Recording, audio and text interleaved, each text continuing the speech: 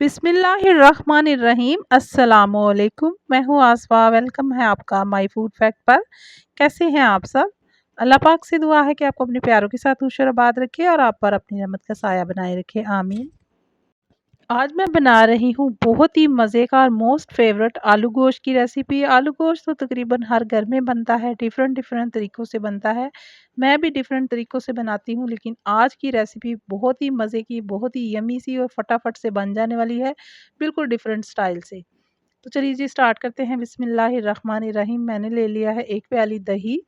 उसमें मैंने कुछ मसाले ऐड किए हैं, नमक, सुरख मिर्च, हल्दी और साथ में मैंने जो मसाला एक दफ़ा मैंने आपसे शेयर किया था, वो हर किस्म के सालन में मसाला डाला जा सकता है, खुशबूदार मसाला है।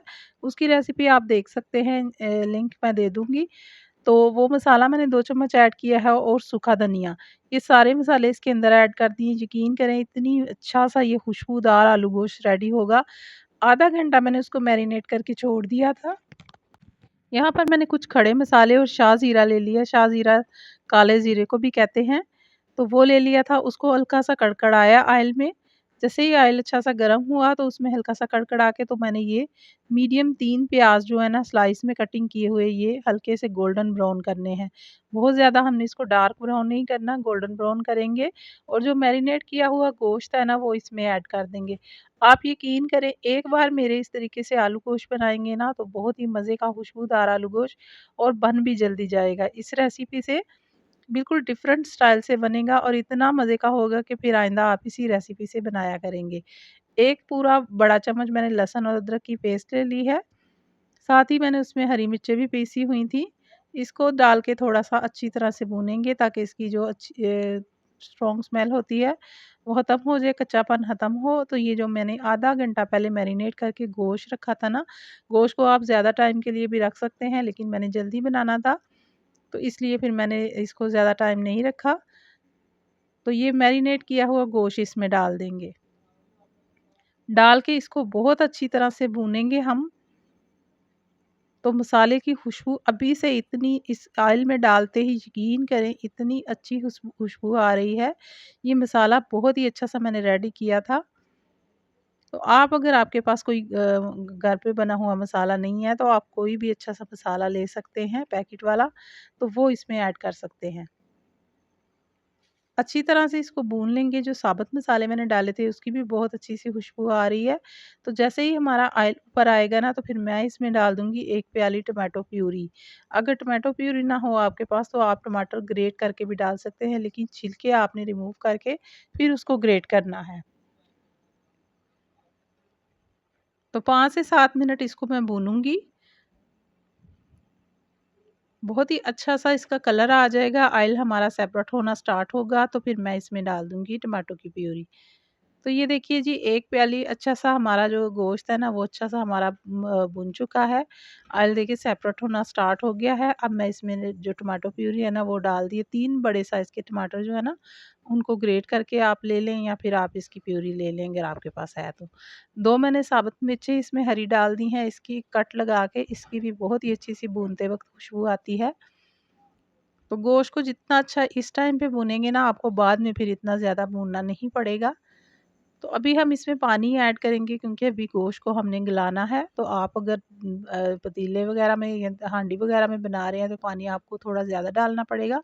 तो मैं क्योंकि कुकर में बना रही हूँ तो कुकर में जो है ना मैं पानी कम डालूँगी और 10 मिनट के लिए कुकर को बंद कर दूँगी। जैसे ही अच्छा-सा ये कुकर वेट बोलेगा तो फिर उसके बाद 10 मिनट के बाद कुकर मैं खोल लूँगी।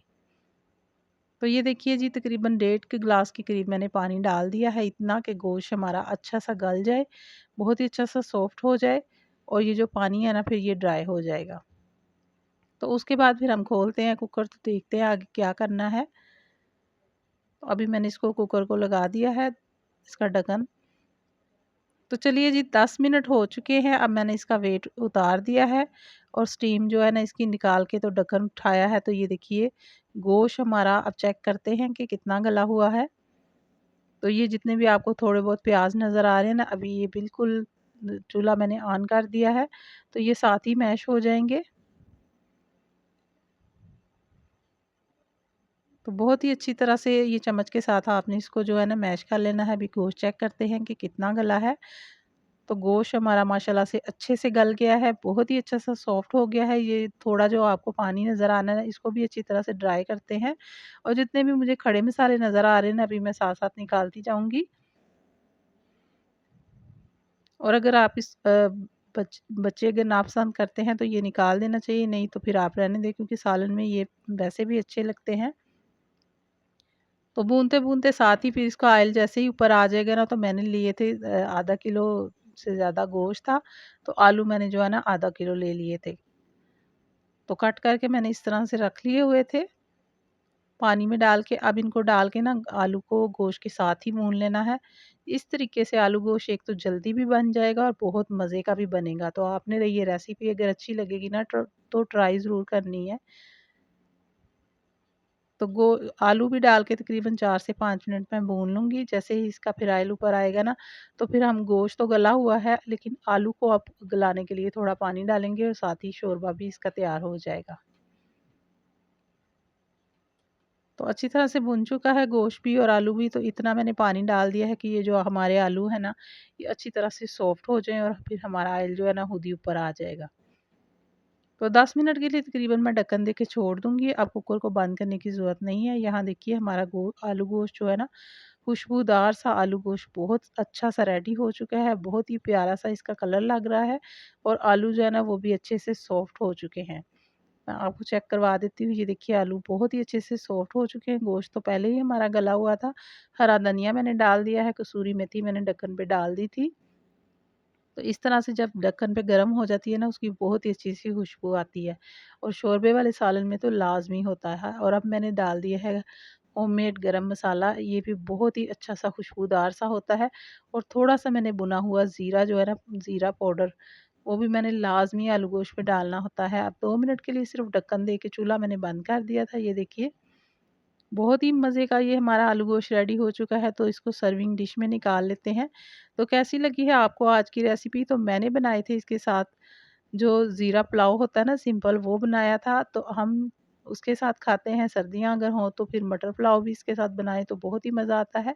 और रोटी और पराठे के साथ तो इसका और भी ज़्यादा मज़ा आता है।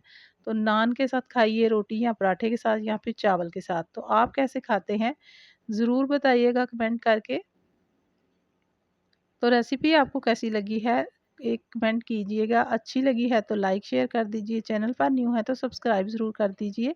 इस न्यू रेसिपी को आपने ट्राई ज़रूर करना है और मुझे फ़ीडबैक ज़रूर दिया करें। मुझे आपके फ़ीडबैक का इंतज़ार रहता है। आलू गोश्त मेरा फेवरेट है, तो इस रेसिपी ज़रूर ट्राई करें। ये बहुत मज़े की रेसिपी है। अल्लाह हाफ़िज़। लाइक शेयर सब्सक्राइब ज़रूर करें। तो ये देखिए जी सिंपल ज़ीरा पुलाव जो है ना इसके साथ बहुत ही मज़ा आता है आलू गोश्त का। एक बार अगर आपने रोटी के साथ या नान के साथ खाते हैं ना तो इसके साथ भी एक बार ज़रूर बनाइएगा। बहुत ही मज़ा आता है। काफ़ी सारे लोग इस तरह चावल ही बनाते हैं आलू गोश्त के साथ। चलिए जी मुझे दीजिए इजाज़त। इंशाअल्लाह ताला फिर एक अच्छी मज़ेदार न्यू रेसिपी के साथ मिलेंगे। तब तक मुझे दीजिए इजाज़त। अल्लाह हाफ़िज़।